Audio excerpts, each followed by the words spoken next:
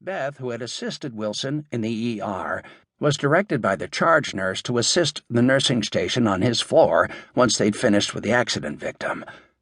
"We need you here, but go to Station 11. Bigwigs are always doing this."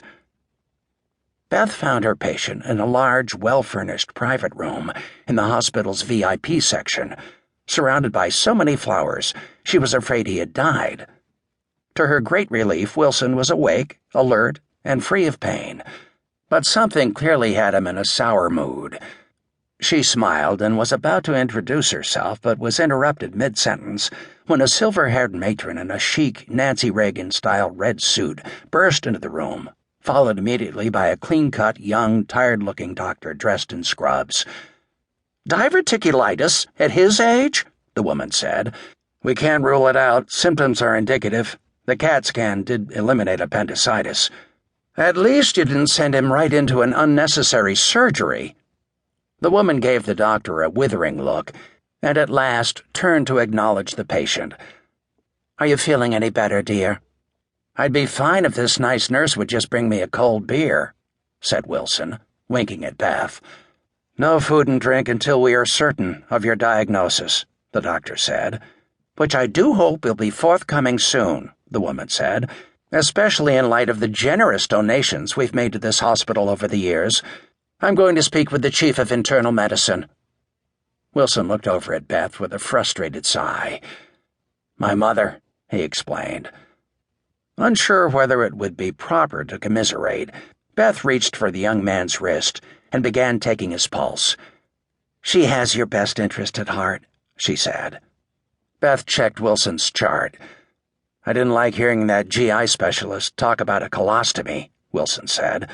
"That's where they cut a hole in your intestine and attach a sac right here, right?" pointing to his right side midsection. "Let's talk about something more agreeable, like where you're from and how long you've been working here." Beth deflected all his questions with a snap of the chart and urged him to rest. She knew his type. The flirting was just bluster to mask the fear he wouldn't show. Nice guy, really. 2 days later, after his attending physician determined Wilson had suffered a mild case of food poisoning, and his mother was satisfied he was on the mend, Beth returned to check her patient's blood pressure and temperature and help him prepare for discharge. He'd been easy to look after, watching baseball games on TV, taking Jell-O meals and doctor's rounds in stride, never complaining when she had to wake him up at odd hours for medications. "Hey, could we talk for a few minutes?" he asked her when they were alone in the room. "We've been talking for the past 3 days," Beth said. "I know," Wilson said. "What I want to know is whether you'll let me take you to dinner tonight, to thank you."